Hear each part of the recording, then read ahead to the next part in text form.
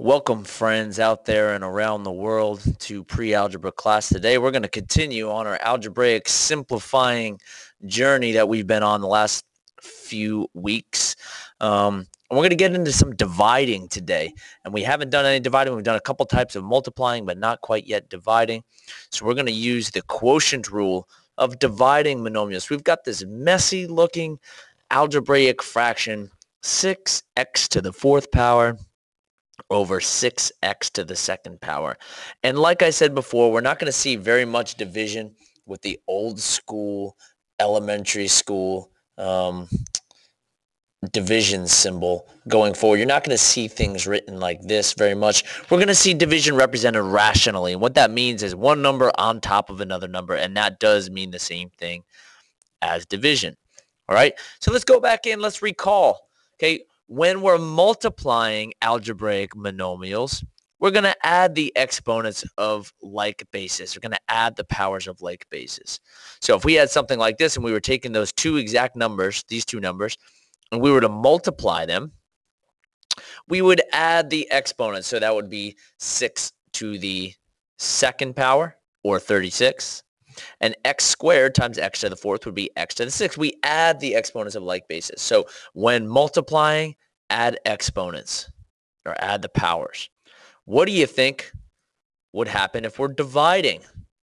Instead of adding the exponents, what we're going to do is actually synthesize the quotient rule, which says we're going to subtract the exponents of like bases. So let's go back to that first example problem and say, okay, 6x to the fourth on top of 6x squared. What the quotient rule says is anything that has the same base, you can subtract the exponents. All right, so x to the fourth on top of x to the second. Well, in subtraction, you always subtract, you take the bigger one and you subtract the smaller one. So I'm going to take 4 and I'm going to subtract 2.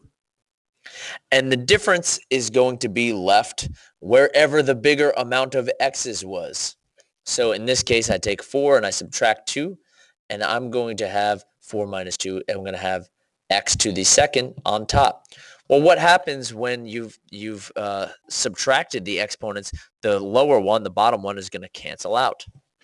Now the sixes. What do I do with the sixes? Well, I've got a 6 to the first power on top of another 6 to the first power. And if you think about this, this is 6 divided by 6, which is really 1. And if you want to use the quotient rule again, you've got 1 minus 1, which results in 6 to the 0th power, and anything to the 0th power is 1 itself. Basically, the 6's cancel each other out. So I'm left with basically 6 divided by 6 is 1x squared over 1, which reduces to simply x to the second power.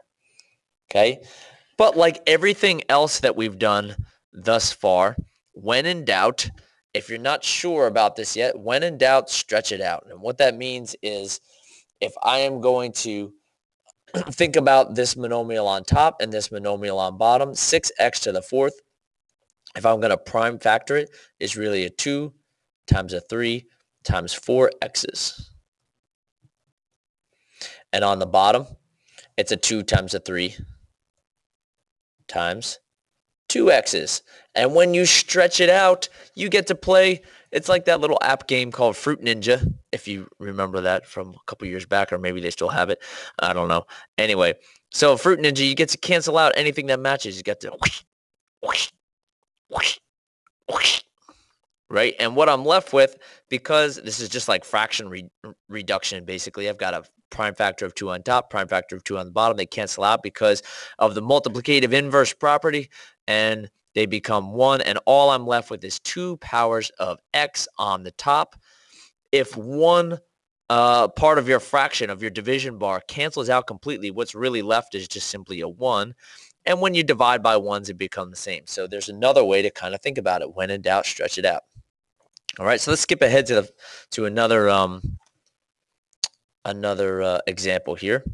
So first, let's actually do the when in doubt, stretch it out for this one, just for the fun of it. Let's see. Make sure I'm not getting in over my head here. Yeah, it shouldn't be too bad to stretch out. So 16. If I were to prime factor 16, that's 4 2's. It's 2 times 2 times 2 times another 2 and then times an x times 4y's. 4y's, and I'm going to put that on top of 12, which is 2 times 2, or 4, times 3, times 5 x's, 1, 2, 3, 4, 5, and 1y, all multiplying each other. Now let's play a little Fruit Ninja and see what happens, see what we can cancel out. All right, so let's see what we can cancel out. Well, there's one set of 2's that divide each other to make 1. There's another set of 2's that divide each other to make 1. Here's a set of x's that I can Fruit Ninja and cancel those out. And here's one set of y's that can Fruit Ninja and cancel each other out. And let's put it all back together. Let's see what we get here in green. 2 times 2 times y times y times y is going to be 4y to the third power. And on the bottom, I've got 3 times x, which is going to be 3x to the fourth power. So that's the long way to go about this problem. That's the long way to simplify this, reduce this algebraic fraction. Now let's come up with the short way. The short way would be to use the quotient rule, which says I am going to subtract the exponents of any like bases and reduce any normal numbers, any coefficients, reduce them like I normally would in a fraction. And you guys have seen a lot of fraction reducing in your math career. So let's just look at those numbers. What is 16 divided by 12? Well, they don't divide evenly, but they do both have a factor of 4. And 16 divided by 4 is 4, and 12 divided by 4 is 3. So this is, the coefficients are basically going to be 4/3. Now let's look at the x's. I've got 5 x's on bottom, x to the first power, 1x on the top. I take the bigger one and I subtract the smaller one. 5 minus 1 is x to the fourth, left on the bottom because that's where the difference is going to be left. Cancel out the top. And I've got y to the fourth on top and y to the first power on the bottom. Take big minus small. 4 minus 1 is y to the third will be left on top. So there's two ways to think about this. One is obviously much quicker. Just do a little exponent subtraction and reduce the fraction as normal. Or you could definitely, when in doubt, stretch it out. Try this next one on your own. See if you can reduce 12b to the 8th on top of 6b squared. All right, so I'm going to skip ahead on this one. I'm just going to go straight to the quotient rule, which says we're going to do some coefficient reducing and some exponent subtraction. So 12 divided by 6, or the fraction 12/6, is really 2 over 1. It's really 12 divided by 6 is 2. And b to the 8th, b to the second, I take the smaller one, subtract it from the bigger one, and I'm going to go make that b to the 6th power. And anytime that you have a 2b6 or have anything over just simply a 1, that's just whatever is left on top. 2b to the 6th. All right, now let's slow it down one more time, and we're going to do this in the prime factor method. This is 2 times 2 times 3 times, oh man, I got to stretch out 8 b's.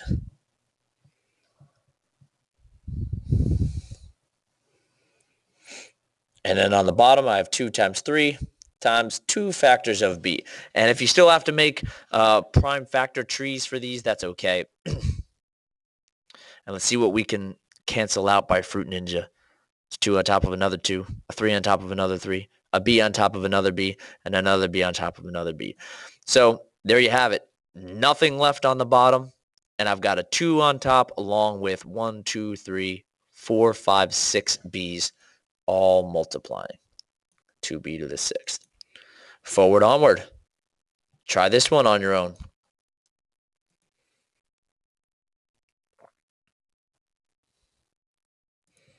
Okay, and when you reduce these things, can 5 be reduced by 3 in any way?